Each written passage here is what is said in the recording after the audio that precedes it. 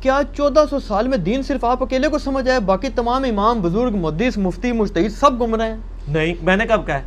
ہم کہتے ہیں کہ اماموں کو جو سمجھ آیا تھا نا، انہوں نے جو آگے سمجھایا نا وہ میں نے سمجھا ہے۔ آپ لوگ تو اماموں کو ماننے کے لیے تیار نہیں ہیں۔ ہم جب آپ کو بخاری مسلم کے حوالے دیتے ہیں تو آپ کہتے ہیں دین کتابوں میں نہیں ہے، بابوں میں ہے۔ ہم کہتے ہیں پھر کتابیں کس لیے ہیں؟ تو ہمارا کب دعویٰ ہے کہ ہمیں کوئی دین خود سمجھا ہے؟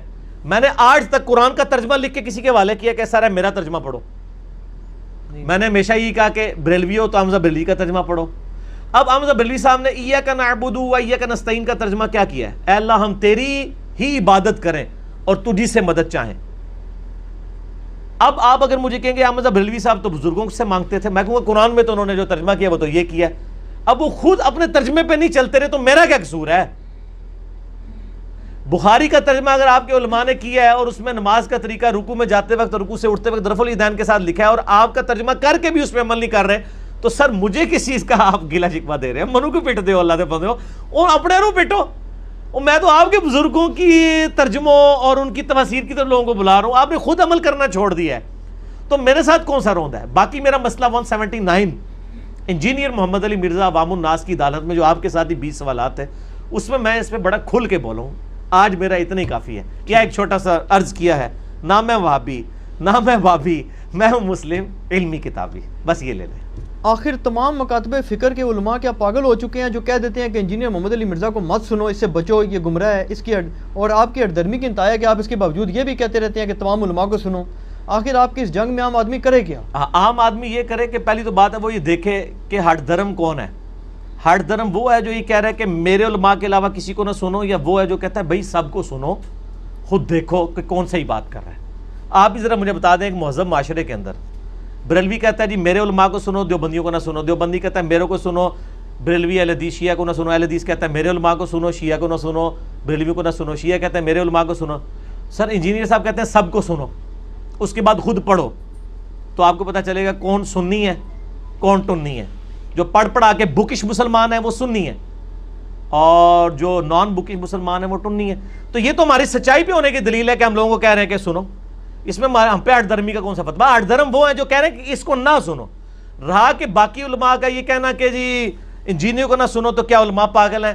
میرے بھائی مجھے تو چھوڑ دیں، کیا یہ علماء اپنے فرقوں کے علاوہ دوسرے علماء کو سننے کا مشورہ دیتے ہیں؟ وہ صرف یہ تو نہیں کہہ رہے کہ انجینئر کو نہ سنو۔ وہ اگر کوئی بریلوی ہے تو وہ یہ کہے گا کہ آپ دیوبندی علماء کو بھی نہ سنیں، اہل حدیث کو بھی نہ سنیں، شیعہ کو بھی نہ سنیں، اور انجینئر محمد علی مرزا کو بھی نہ سنیں۔ میں اکیلا تو نہیں ہوں، میں اسی وجہ سے کہنا 99 قتل تے تسی بھی کیتے ہیں، ٹھیک ہے نا؟ میں تو سارے زندہ کرتے ہیں، میں کہا جی سب نو سنو۔ ہمیں یہ کانفیڈنس ہے یہ سب کو سنتے ہیں نا، ہمارے پاس آتے ہیں۔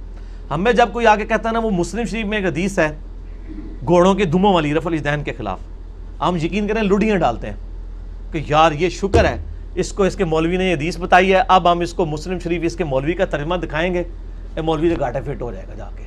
کوئی یار یہ تو سلام پھیرتے وقت تھا، اس پہ باقاعدہ باب ہے، امام نسائی کا باب، امام ابو داؤد کا باب، امام نبوی نے مسلم شریف میں باب باندھا، ابن حبان کا باب، میرا ایک وہ گھوڑوں کی دموں والا ایک کلپ بھی آ چکا ہے، تو وہ خود بخود پھر شروع کرے گا، ٹھیک ہے نا؟ اس لیے ہم بھیجتے ہیں، انشاءاللہ آندہ بھی بھیجیں گے، ہمیں تو اعتماد ہے۔ یہ تو ان کو ہوتا ہے کہ جناب وہ کہیں چندہ دوسرا یہ ہے کہ ہمیں چندے کا بھی کوئی خطرہ نہیں نہ ہوتا، ہمیں تو لینا نہیں ہے۔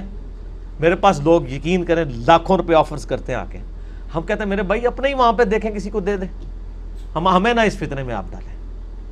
تو ہم ان کو کہیں کہ یہ انجینئر صاحب ہٹ دھرم نہیں ہے، یہ بڑی نیکی کر رہے ہیں، یہ چندے بھی لوگ لے کے آتے ہیں آپ کے پاس، جن کو آپ کے پاس بھیجتے ہیں۔ وہ یہاں پہ ایک بھائی ریورٹ ہوئے، دیوبندی تھے، ان کے مولوی نے کو 25-30 مولوی بلا کے پوری دعوت کی، اور ان کا یار یہ گمراہ ہو گیا، علی کے لیکچر سنتا تھا یہ وہ۔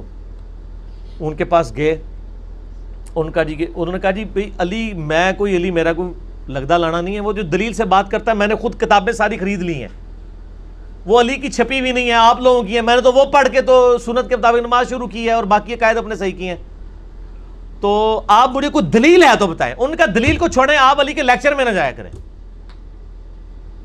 اس نے کہا کہ نہیں آپ گمراہ ہو جائیں گے۔ اس نے گمراہ کیا؟ اس نے تو کوئی غلط بات تھی، میں نے اگر آپ کو چھوڑ دی غلط بات تو میں اس کو بھی چھوڑ دوں گا، کیونکہ میں نے تو کتابیں خود خرید لی ہیں، کتابی ہو گیا ہوں نا، نہ میں وابی نہ میں بابی، میں ہوں مسلم علمی کتابی۔ کرتے کرتے نا اس کو سمجھ آ گئی کہ وہ انجینئر صاحب جو ہمیں سمجھاتے تھے نا وہ بات ہوگی اس میں. اس نے کہا یار بات یہ ہے, وہ بندہ ایک دیوبند کی مسجد کو 20,000 روپیہ مہینے کا چندہ دیتا تھا, ان کے بجلی اور باقی خرچے اس نے اٹھائے ہوئے تھے. 20,000 روپیہ آج کے دور میں بڑی رقم ہے. اس کو سمجھ آ گئی کہ چندے کا مسئلہ ہے. اس نے کہا اچھا بات یہ کہ میں علی کے درس میں جاتا ہوں لیکن وہ تو چندہ نہیں لیتا, میں جو آپ کی مسجد کو چندہ اور جو دے رہا ہوں میں انشاءاللہ اسی طریقے سے آپ کی خدمت کرتا رہوں گا. انہوں نے کہا پھر ٹھیک ہے جایا کرو. اور اس بندے نے مجھے بتایا ان میں سے ایک مولوی نے یہاں تک کہہ دیا ساڑھے لو تو قادیانی بھی ہو جا, سانو کو نہیں پرواہ, جا قزمہ نو کھا پر مسجد ہی چندہ دیا کر.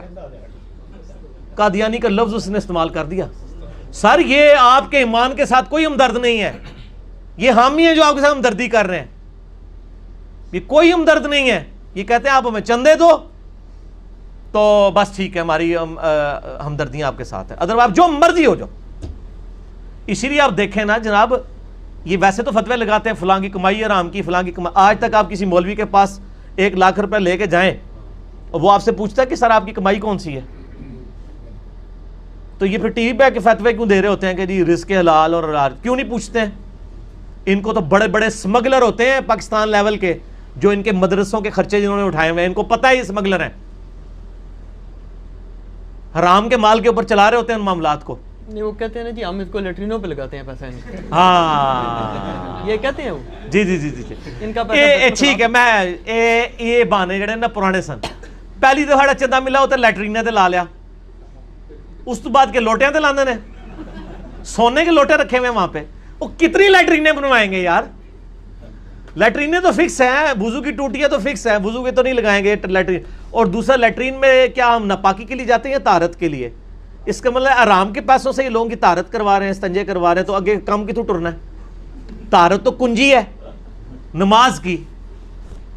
آپ نماز شروع کرنے کے لیے جس چیز کے محتاج ہیں وہ آپ آرام کے پیسوں میں لوگ کروا رہے ہیں. ایک تو یہ جواب پھکی والا, اور دوسرا پھکی والا کہ یہ کتنے ٹوائلٹس بنوائیں گے, ٹھیک ہے نا. تو ٹوائلٹ کی صفائی پہ بھی اتنا خرچہ کوئی نہیں آتا. وہ یہ پرانے بہانے ہو گئے, آپ یہ خاموشی اختیار کرتے ہیں, آنکھیں بند کر لیتے ہیں. وہ کہتے ہیں تحقیق زیادہ نہیں کرنی چاہیے تھی.